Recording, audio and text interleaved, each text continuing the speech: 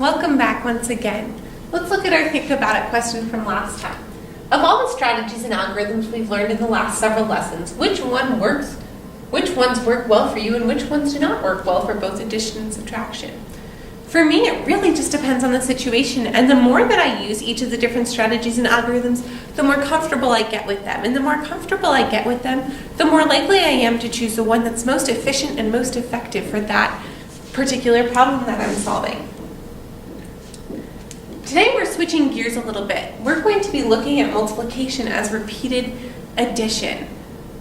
But we're still building on a lot of the things that we've been going over in the last few lessons. So you can't just forget everything we just went over. Before we really begin the lesson, I would like you to go collect a pencil, a piece of paper, or your work log, and at least 40 small objects. Go ahead and do that now. All right, we're ready to start. When you look at these three number sentences, what do they say to you? And what are a few ideas that you have about what multiplication means or what it is? Pause your video and think about that for a minute. First of all three number sentences are using the same operation. They're all using multiplication. Whether we have the X as our symbol of multiplication, the star as our symbol of multiplication, or even parentheses to symbolize multiplication, they all say multiplication. So this is 5 times 3, this is 7 times 8, and this is 2 times 4. But those aren't the only ways that we can read multiplication number sentences. You also may have thought, well, it says 5 multiplied by 3, 7 multiplied by 8, 2 multiplied by 4. Or you could say 5 groups of 3, 7 sets of 8, 2 groups of 4. You can even flip it around and say 3 sets of 5, 8 sets of 7, 4 sets of 2. Those are a couple of things we're going to explore in this lesson. Okay, so what multiplication is it's a way to repeatedly add together sets of numbers or objects that are the same. So each set has to have the same number of objects in it, but you can add together as many of those sets as you want. Let's take a look at it. So if I have the problem 5 times 3, and that's saying 5 sets of 3, I can draw 5 circles, and those represent my 5 sets.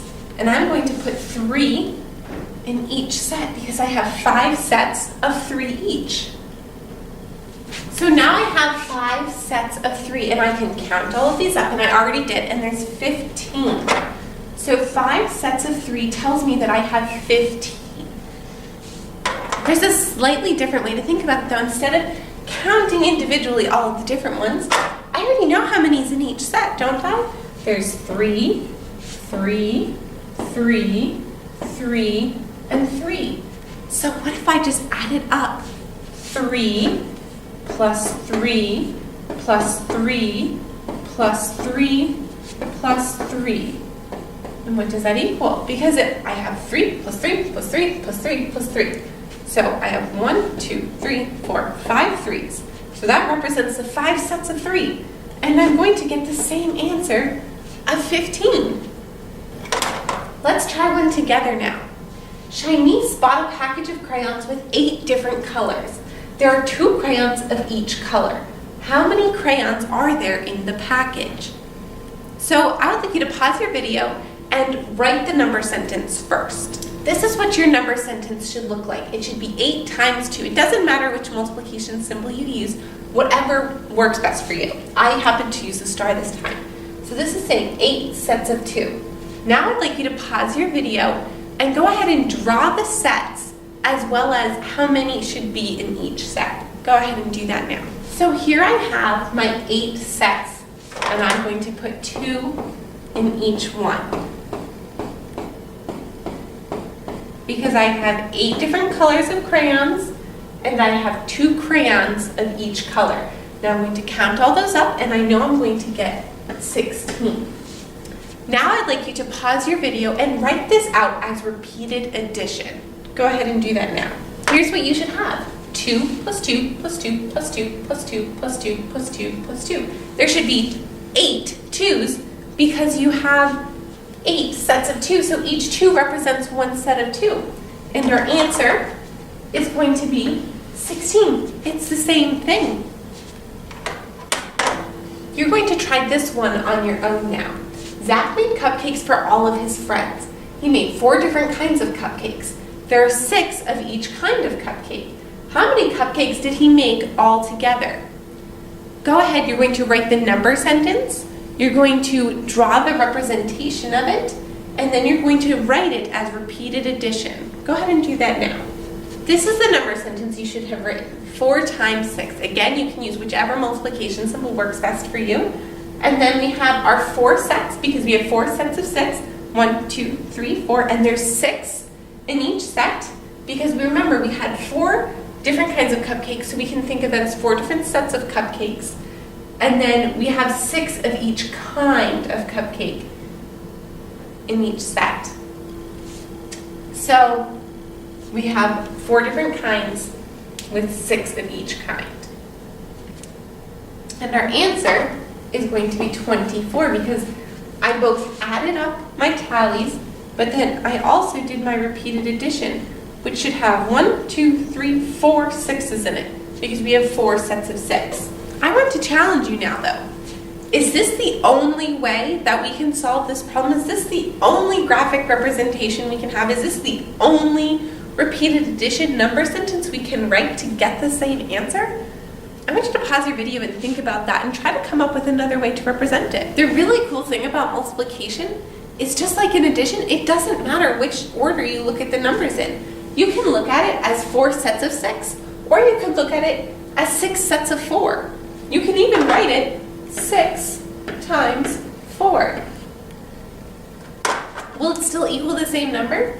Well, let's see. We have 6 sets with 4 cupcakes in each set, and when I add those together, I still get 24. And the same thing with repeated addition. Now I have 4 plus 4 plus 4 plus 4 plus 4 plus 4. 6 4s to represent the 6 groups of 4. And it still equals 24. I would like you to try one more completely on your own. Tatiana decided to help her parents plant a vegetable garden this year. Her dad instructed her to collect carrot seeds from her mom. She would need enough to fill 7 different holes with 5 seeds in each. How many seeds does she need? Remember, you're going to write the number sentence, you're going to write it as repeated addition, as well as draw a graphic representation. Go ahead and do that now. And here's what you should have gotten. 7 times 5, and then 5 plus 5 plus 5 plus 5 plus 5 plus 5 plus 5, because we have 7 sets of 5, and then we have 7 sets of with 5 seeds each over here. You may have represented it a different way. We just learned that this can be flopped around. So you also could have said 5 times 7 and did 7 plus 7 plus 7 plus 7 plus 7 and drawn 5 groups over here and put 7 in each. And you still would have gotten the correct answer of 35. Multiplication is so much fun, and it makes life a lot easier. So this is something that's important for you to keep in mind. Whenever you have the same number that you're adding together multiple times, you can just turn it into a multiplication problem. Let's look at our think about it question. What does multiplication mean to you? And when in life do you use multiplication like repeated addition? Between now and the next video, I'd like you to think about those 2 questions, and then you can hear my response. See you later.